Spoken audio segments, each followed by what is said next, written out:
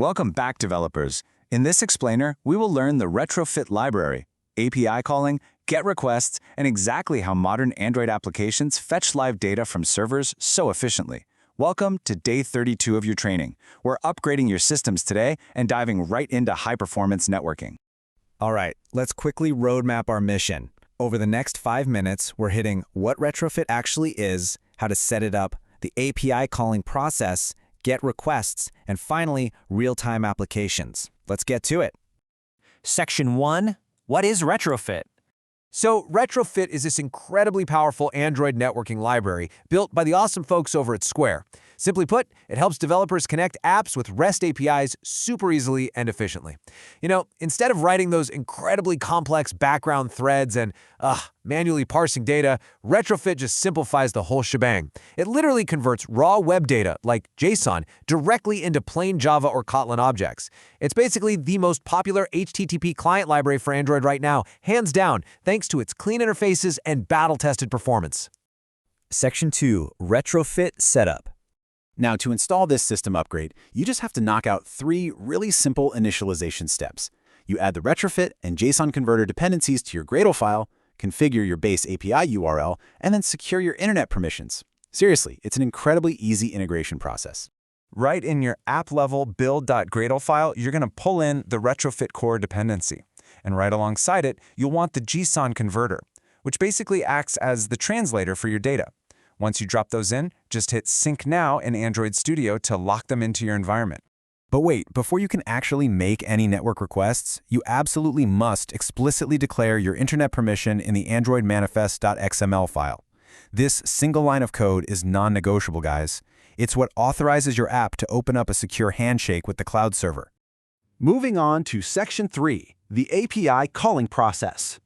If you compare this to the older, boilerplate-heavy methods of network communication, the ones that required all that manual parsing and thread management, Retrofit acts as an incredibly elegant system upgrade. It lets you define API requests using these clean, straightforward Kotlin or Java interfaces. It completely handles all the background threading for you, whether you're making synchronous or asynchronous calls. It's a total game changer. By setting up an interface and simply tossing in an annotation like @get, Retrofit magically creates a seamless network API for the app, entirely based on your web service endpoints. You just define the path, say /coffees, and Retrofit turns that into a fully callable object right there in your code. It makes your communication completely type-safe and, honestly, just highly readable. All right, Section 4, GET requests in Retrofit. So the GET method is your go-to for retrieving information. When your request successfully hits the server, it usually bounces back a really fast, lightweight data format called JSON. It's basically a raw data stream packed full of keys and values like name, shop, and price. But as you know, raw text isn't really all that useful to our app's user interface quite yet. And this is exactly where the magic happens. Retrofit, teaming up with that glycine converter we mentioned, grabs that raw JSON and automatically maps it directly to a clean wrapper class. It dynamically binds the incoming data right to your local variables. Just like that, instantly, your app has usable objects completely ready to be displayed on the screen. Finally, Section 5, Real-Time Applications. Look, modern Android applications absolutely demand incredibly smooth, internet-based experiences. We expect things instantly, right?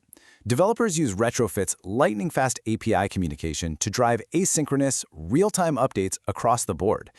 From live weather dashboards and breaking news apps to cryptocurrency trackers, social media feeds, and live sports score systems, Retrofit is essentially that silent engine under the hood, effortlessly managing all those network requests.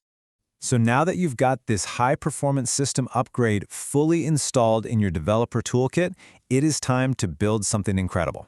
You know the setup, you understand the interfaces, and you can pull down live JSON data seamlessly. The only question left is, what live data will your app stream next? Get out there, start coding, and I'll catch you in the next explainer.